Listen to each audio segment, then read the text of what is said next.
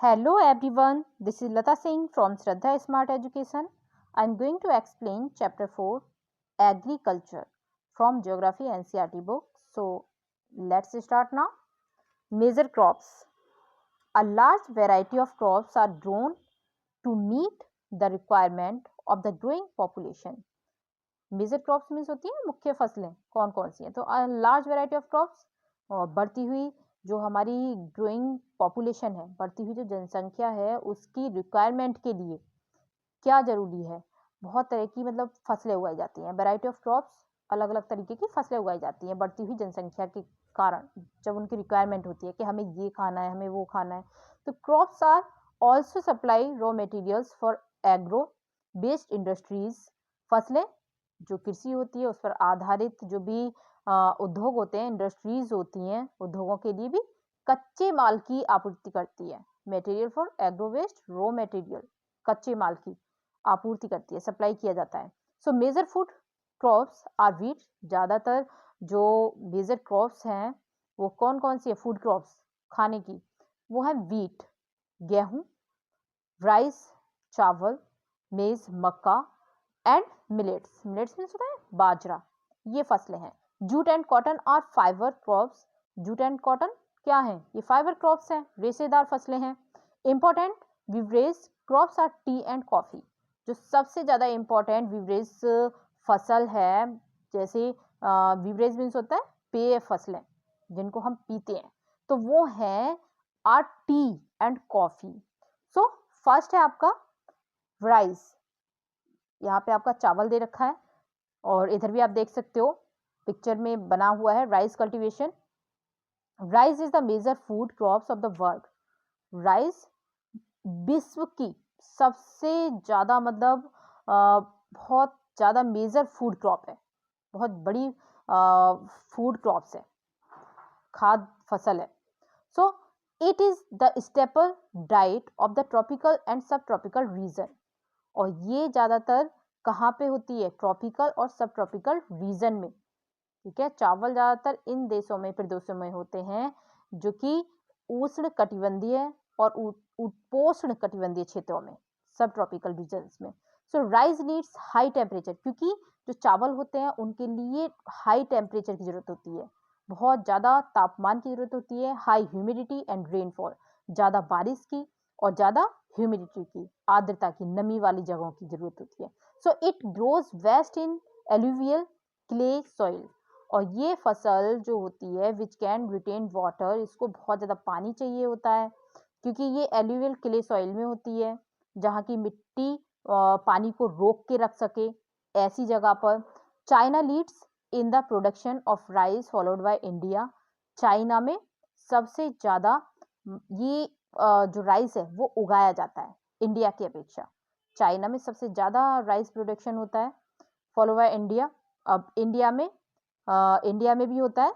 Japan में Sri Lanka and Egypt ये कुछ ऐसे देश हैं जहाँ पे मतलब चाइना के बाद जो जगह है वो है India Japan Sri Lanka and Egypt जहाँ पर चावल उगाया जाता है in favourable climatic conditions as in West Bengal and Bangladesh 2 to 3 crops are grown in a year और वहाँ की अगर मिट्टी को देखते हैं जो क्लाइमेटिक कंडीशन होती है जलवायुविक जो कंडीशन होती है दशाएं होती हैं जैसे कि एज इन वेस्ट बंगाल की होगी पश्चिमी बंगाल की एंड बांग्लादेश में एक साल में क्या होता है कि एक साल में 2 से क्या कर सकते हैं वो 3 फसलें उगा सकते हैं वहाँ पे वेस्ट बंगाल में और बांग्लादेश में क्लाइमेटिक कंडीशन की वजह से वो उनके फेवर में होती है तो वो क्या कर सकते हैं एक साल में 2 से 3 फसलें उगाई जाती हैं वहाँ पर अब आता है आपका व्हीट मीन्स होता है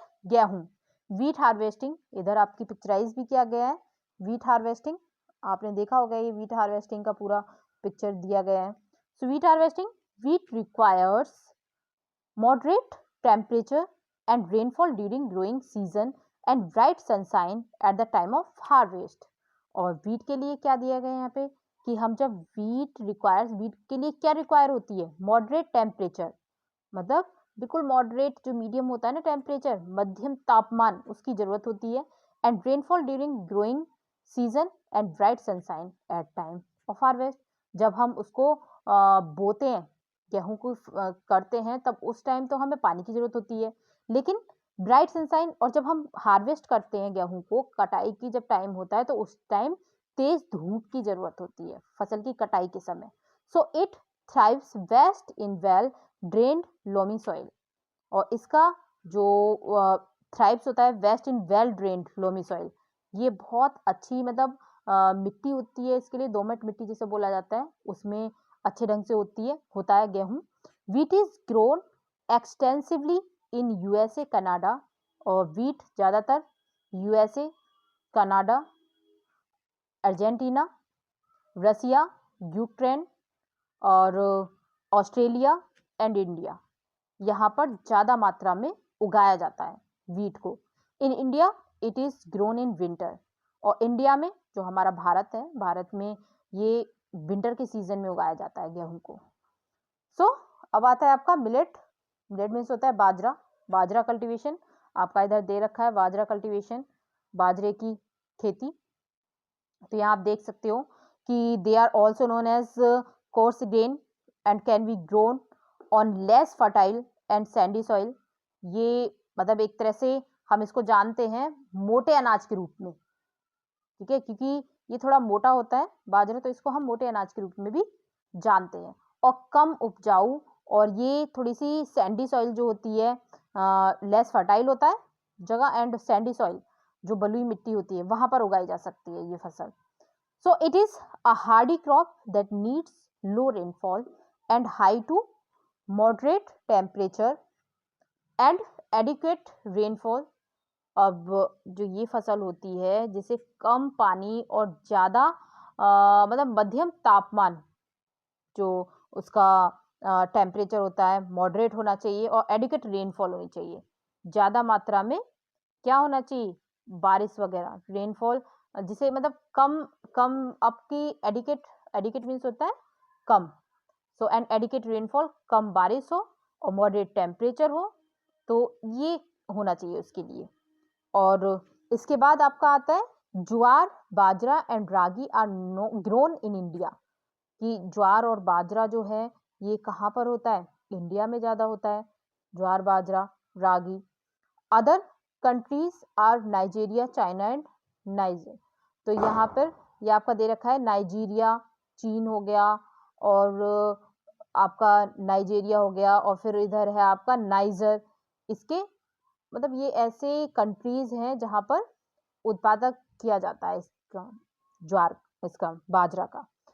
सो अब आता है आपका मेज, मक्का। मेज requires moderate temperature, rainfall and lots of sunshine. इसके लिए जो हमारी मक्का होती है, मक्का के लिए मॉडरेट टेम्परेचर होना चाहिए, मतलब मध्यम तापमान, और rainfall and lots of sunshine, बारिश भी होना चाहिए और धूप की भी आवश्यकता होती है। It needs well drained fertile soil, और इसके लिए क्या चाहिए, इट नीड्स वेल ड्रेन्ड मतलब उपजाऊ बनाने के लिए फर्टाइल सॉइल होना चाहिए, मतलब मिट्टी बहुत ज़्यादा उपजाऊ होनी चाहिए इसकी, अगर हम मक्का करते हैं तो। So maize is grown in North America. Maize उगाई जाती है नॉर्थ अमेरिका में, Brazil, China, Russia, Canada, India and Mexico, यहाँ यहाँ ये मक्का उगाई जाती है। फिर आता है आपका कॉटन।